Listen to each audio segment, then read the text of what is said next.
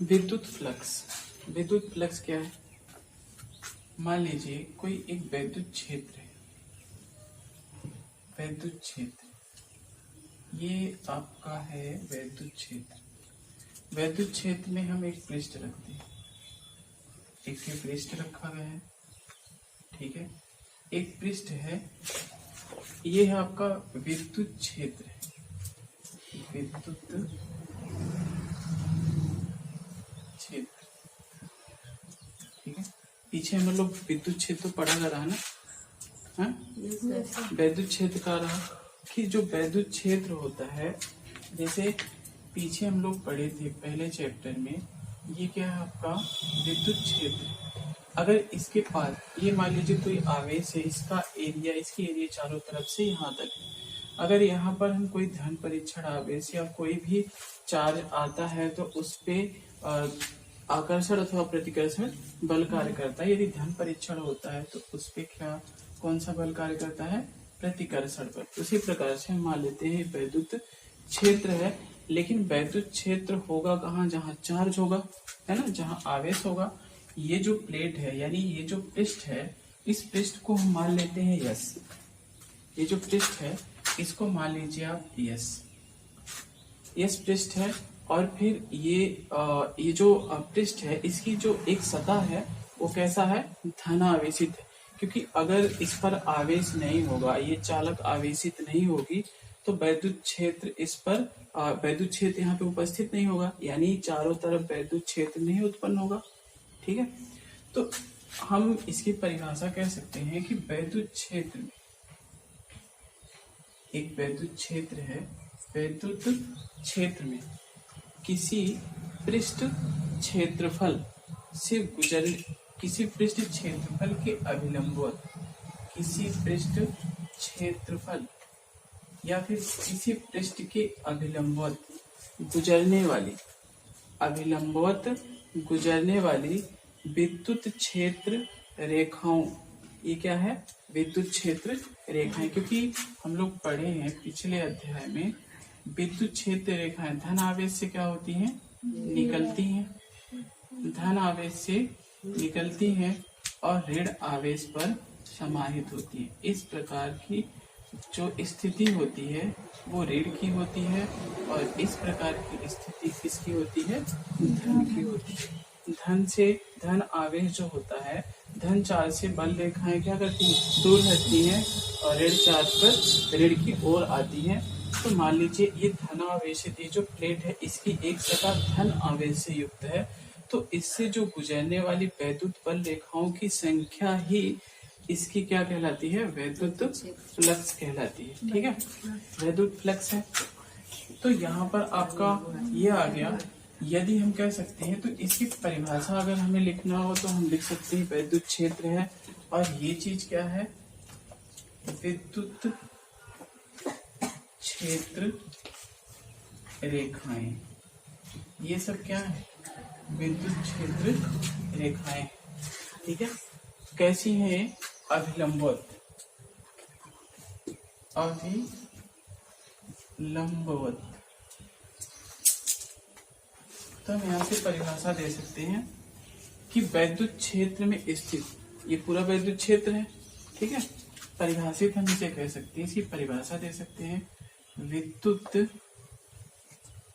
क्षेत्र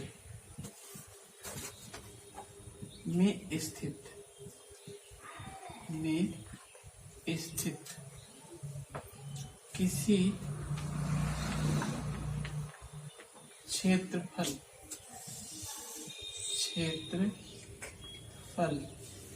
के अभिलंबवत,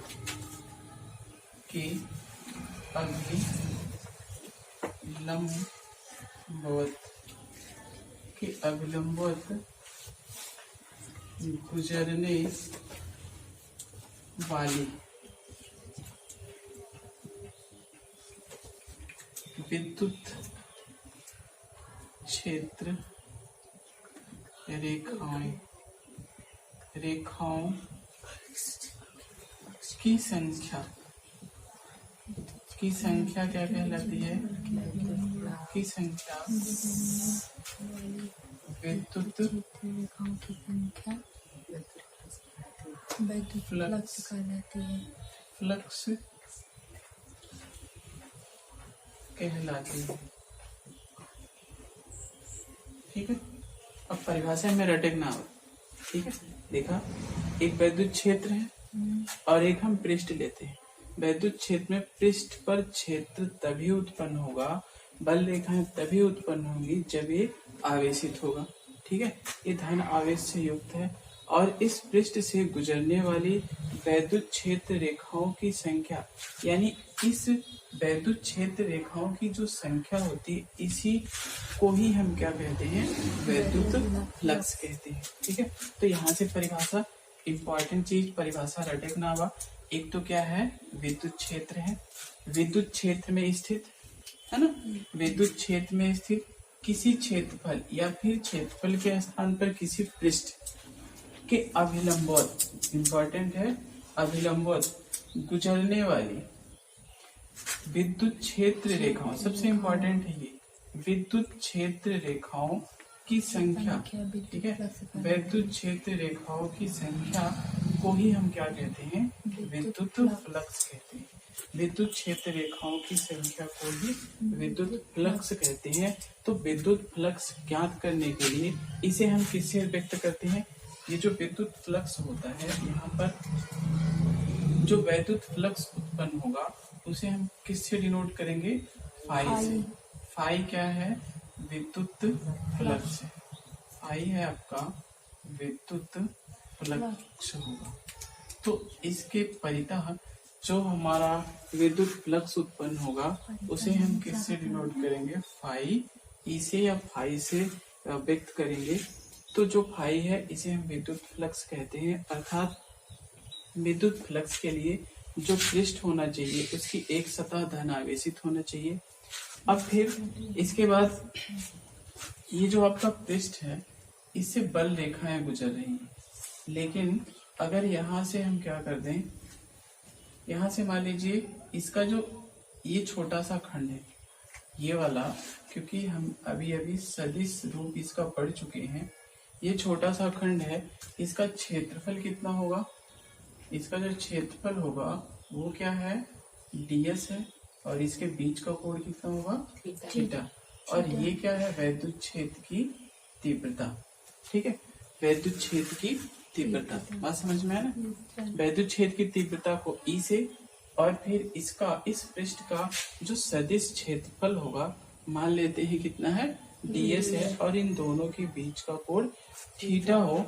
तो इस प्रकार से हम कह सकते हैं कि जो आपका डी फाई होगा, फाई ई होगा या फिर फाई होगा, वो कितना होगा, ठीक है, इसे हम कह सकते हैं ई होगा और फिर into D S cos theta. ठीक है, E D S cos theta के, और फिर फाई या फिर डी फाई इक्वल टू, इसको इस प्रकार से लिख सकते हैं, into D S cos theta, या फिर डी फाई इक्वल टू हो जाएगा आपका E vector dot S vector. यहाँ से हम जानते हैं vector A dot vector B बराबर कितना होता है, ए बी कॉस थीटा के डॉट प्रोडक्ट से। तो हमें एक और ये जो आपका मिला सूत्र कितना मिल गया, डी फाई बराबर ई वेक्टर और फिर कितना डी एस। समझ में आता है ना, डी कहाँ से, डी फाई, ये डी फाई है, क्योंकि जब छोटा सा क्षेत्र होगा तो इसके चारों तरफ जो वैद्युत फ्लक्स गुजरेगा वो थोड़ा सा होगा, ये है ना, क्योंकि अल्प की बात हो रही है, ये छोटा सा क्षेत्रफल है तो फ्लक्स भी थोड़ा सा होगा, है ना। तो डी फाई यहाँ पर क्षेत्रफल कितना है, थोड़ा सा है ना, ds है ना, यस तो ना है, जब यस पे जाएंगे तो इस डी को हटा देंगे, सिर्फ फाई हो जाएगा, मतलब छोटी, हाँ डी का मतलब छोटा, अल्प, है ना। अब यहाँ पे ये कितना है, डॉट प्रोडक्ट जो vector A dot vector B बराबर ए बी कितना होता है, कॉस थीटा के। अब इससे हम परिभाषा, ये जो हमारा चीज ये है, ये क्या है, इसे हम क्या कह सकते हैं, विद्युत, इसको हम लिख सकते हैं विद्युत क्षेत्र। सर वैद्युत क्षेत्र नहीं कह सकते? या आप कह सकते हैं सदिश वैद्युत क्षेत्र है। ये क्या है आपका सदिश विद्युत क्षेत्र है। और ये क्या है, क्षेत्रफल सदिश, क्षेत्रफल सदिश। ठीक है, क्षेत्रफल सदिश एक परिभाषा कार्य से कहते हैं। Vector E dot vector yes वैद्युत क्षेत्र में स्थित, वैद्युत क्षेत्र है, वैद्युत क्षेत्र में स्थित, ये जो आपका वैद्युत क्षेत्र है, इस वैद्युत क्षेत्र में स्थित, ठीक है, किसी पृष्ठ के चारों ओर, किसी पृष्ठ के चारों ओर विद्युत फ्लक्स सदिश विद्युत क्षेत्र और क्षेत्रफल सदिश के बिंदु गुणन के बराबर होता है। ठीक है, या डाट गुणन के बराबर होता है। तो परिभाषा हम यहाँ से इस प्रकार से व्यक्त कर सकते हैं, किसी वैद्युत क्षेत्र में, विद्युत क्षेत्र में, विद्युत क्षेत्र में स्थित विद्युत क्षेत्र में स्थित पृष्ठ के परितः माने सर चारों तरफ परितः विद्युत फ्लक्स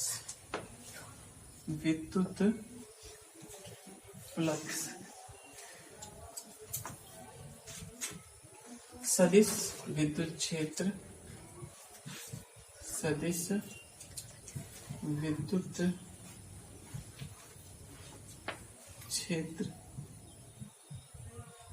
तथा क्षेत्रफल सदिश या सदिश क्षेत्रफल तथा क्षेत्रफल सदिश के गुणनफल के क्या होता है, हाँ, के बराबर होता है, ठीक है। परिभाषा रटे कहाँ है, तब वो तो आएगी। देखा, ये क्या है आपका सदिश क्षेत्रफल है, और ये क्या है आपका क्षेत्रफल सदिश है। इन दोनों का केवल क्या है, डाट प्रोडक्ट, यानी डाट गुणन है। अब थोड़ा सा बढ़ाया चढ़ा के विद्युत क्षेत्र में, है ना, विद्युत क्षेत्र में स्थित किसी पृष्ठ, ये पूरा पृष्ठ है ना, किसी पृष्ठ के परितः विद्युत फ्लक्स जो होता है, विद्युत फ्लक्स का मान, यानी विद्युत फ्लक्स सदिश क्षेत्रफल और क्षेत्रफल सदिश के बिंदु गुणन के बराबर। याद है कि नहीं, ठीक है, अर्थात इतना हो गया। अब इतना नोट कर ले सर जी, चलो आगे देखा, तो हम लोग प्राप्त किया गया है d5 = E इंटू में ds, ठीक है। अगर इका एक छोटे से पृष्ठ के लिए, ठीक है, ध्यान शांत रहेगा, इका एक छोटे से पृष्ठ के छोटे से खंड के लिए है। अगर पूरा पृष्ठ के बात कर लिया जाए, तब पूरा पृष्ठ के परितः जो वैद्युत फ्लक्स हुई, यानी टोटल फ्लक्स होगा, वो क्या होगा, इस प्रकार से होगा, E इंटू में ds, ठीक है। बात समझ में? ई का है टोटल विद्युत फ्लक्स, अर्थात हम कह सकते हैं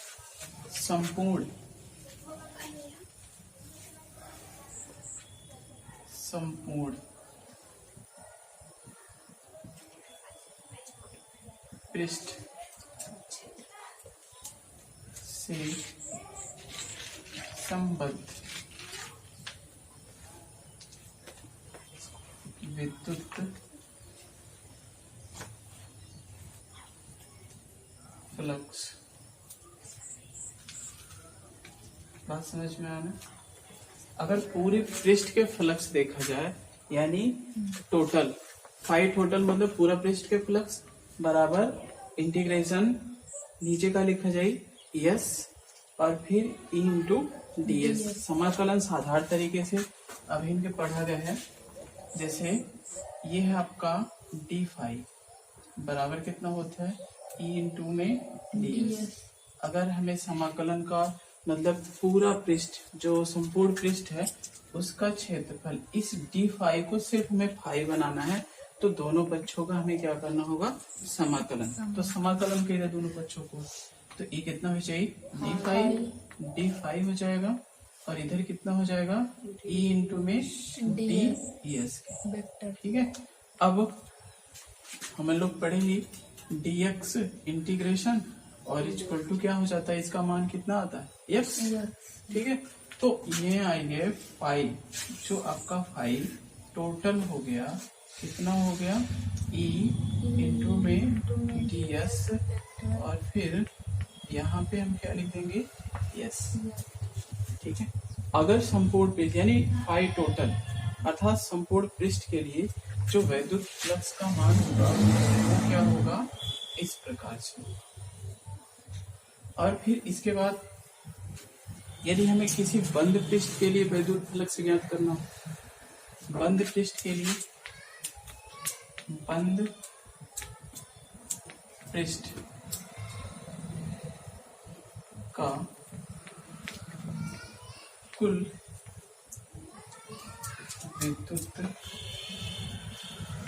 फ्लक्स, इसके लिए हमें क्या करना है, यहाँ पे आपका क्या होगा टी फाइव टोटल है बराबर, बस ये जो समाकलन बनाया ये का किया जाए ऐसे फाइव और फिर यस और यहाँ पर ई इंटू में कितना हो जाएगा डी एस। इतनी बात समझ में? ये बंद पृष्ठ है और ये का है संपूर्ण पृष्ठ। बहुत हंसी आ गया ना, बंद पृष्ठ है और फिर कितना है संपूर्ण पृष्ठ। अब इसके बाद इसकी केसेज है, क्योंकि हम वैद्युत फ्लक्स के लिए हमें तीन चीजें हैं। जो वैद्युत फ्लक्स होता है ये आपका जो विद्युत फ्लक्स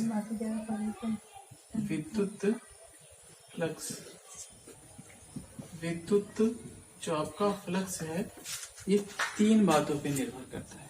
तीन, नंबर एक क्या है ई है और फिर ds है और इनके बीच का कोण थीटा है। इन तीन बातों पर निर्भर करता है।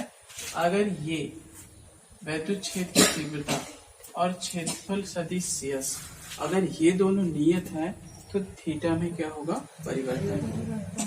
दो बातों पे निर्भर करता है, क्योंकि हम लोग पढ़ चुके हैं कि आपका जो फाई होगा इक्वल टू ई इंटू में ds और फिर क्या है cos थीटा। बात समझ में है ना? तो ये आपका होगा, क्योंकि अब देखिए यहाँ से E है ds है और थीटा है। तीन बातों पर, तीन चीजों पर निर्भर कर रहा है, वैद्युत क्षेत्र की तीव्रता पर, इसके सदिश क्षेत्र, इसके क्षेत्रफल पर और इनके बीच का कोण। तो अगर ये दोनों को स्थिर रखा जाए तो इनके मान में परिवर्तन होगा। तो यदि पहली पॉइंट है, पहली स्थिति है यदि थीटा बराबर 0 डिग्री, थीटा बराबर 0 डिग्री का मतलब ये जो पृष्ठ है आपका, ये पृष्ठ और क्षेत्रफल, क्षेत्र सदिश और वैद्युत क्षेत्र की तीव्रता, ये आपका ds जो है और E ये दोनों एक ही दिशा में होंगे। ठीक है, यदि थीटा बराबर 0 इसका मतलब क्षेत्रफल वैद्युत क्षेत्र E और फिर ds, ये दोनों एक ही दिशा में होंगे, तो थीटा बराबर 0, यानी जो फाई होगा, phi equal to E into ds cos 0 degree. Cos 0 का मान कितना होता है? 1 इंटू ds, क्योंकि कॉस 0 का मान होता है आपका 1, है ना। तो इस चीज को हम बोलते हैं phi maximum. Phi max, phi का अधिकतम मान कब होता है? ये जो वैद्युत फ्लक्स का मैक्सिमम मान कब होता है? जब E और ds दोनों क्या हो? समदिश हो, अर्थात इनके बीच का कोण कितने अंश का हो? 0 डिग्री का हो, तो फाई का मान मैक्सिमम होगा, और फिर मैक्सिमम होगा, धनात्मक होगा, और फिर क्या होगा? निर्गत होगा। इस स्थिति में ये जो स्थिति है आपकी समदिश वाली स्थिति में, एक तो आपका मैक्सिमम होगा, दूसरा क्या होगा? पॉजिटिव होगा, तीसरा क्या होगा? निर्गत होगा। बात समझ में? ये आपकी पहले पॉइंट, दूसरी पॉइंट और तीसरी पॉइंट, यानी मैक्सिमम होगा, पॉजिटिव होगा यानी धनात्मक होगा, और क्या होगा? निर्गत होगा। अब फिर ये पहली स्थिति थी, अब दूसरी स्थिति, यदि थीटा बराबर कितना? 90 डिग्री। थीटा बराबर 90 डिग्री। 90 डिग्री का मतलब ये जो पृष्ठ है, ये वाला, ये पृष्ठ जो है, ये क्षेत्र और फिर वैद्युत क्षेत्र की तीव्रता E, और फिर क्या है? ये ds, दोनों के बीच का कोण कितना होगा? 90 अंश हो, अर्थात इसका अर्थात हम कह सकते हैं ds और वैद्युत क्षेत्र की तीव्रता, ये दोनों परस्पर कैसे हों? लंबवत हो। ठीक है, 90 अंश का अर्थ हुआ लंबवत, परस्पर लंबवत हो, तो d फाई, फाई बराबर कितना होगा? E ds cos 90 degree. cos 90 का मान 0, तो फाई का मान कितना हो जाएगा? 0 हो जाएगा, क्योंकि cos 90 डिग्री बराबर कितना होगा? 0। ठीक है। अब इसके बाद तीसरी स्थिति है। तीसरी स्थिति जो आपकी है वो क्या है? तीसरी जो स्थिति है वो है आपकी 180 अंश। तीसरी है यदि थीटा बराबर 180 अंश। 180 अंश का मतलब,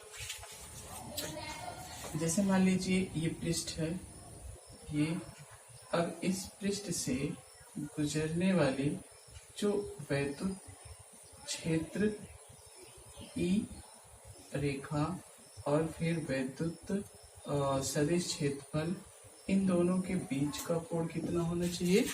180 अंश होना चाहिए। ठीक है, 180 अंश होना चाहिए। अब ये दोनों क्या हो? परस्पर एक दूसरे के विपरीत। 180 अंश का मतलब क्या हो? ds और E परस्पर एक दूसरे के विपरीत दिशा में कार्य कर रहे हो। ठीक है, तो इस स्थिति में जो फाई होगा बराबर कितना हो जाएगा? E ds cos 180 अंश। तो d phi equal to minus और फिर कितना? ds, क्योंकि cos 180 अंश का मान होता है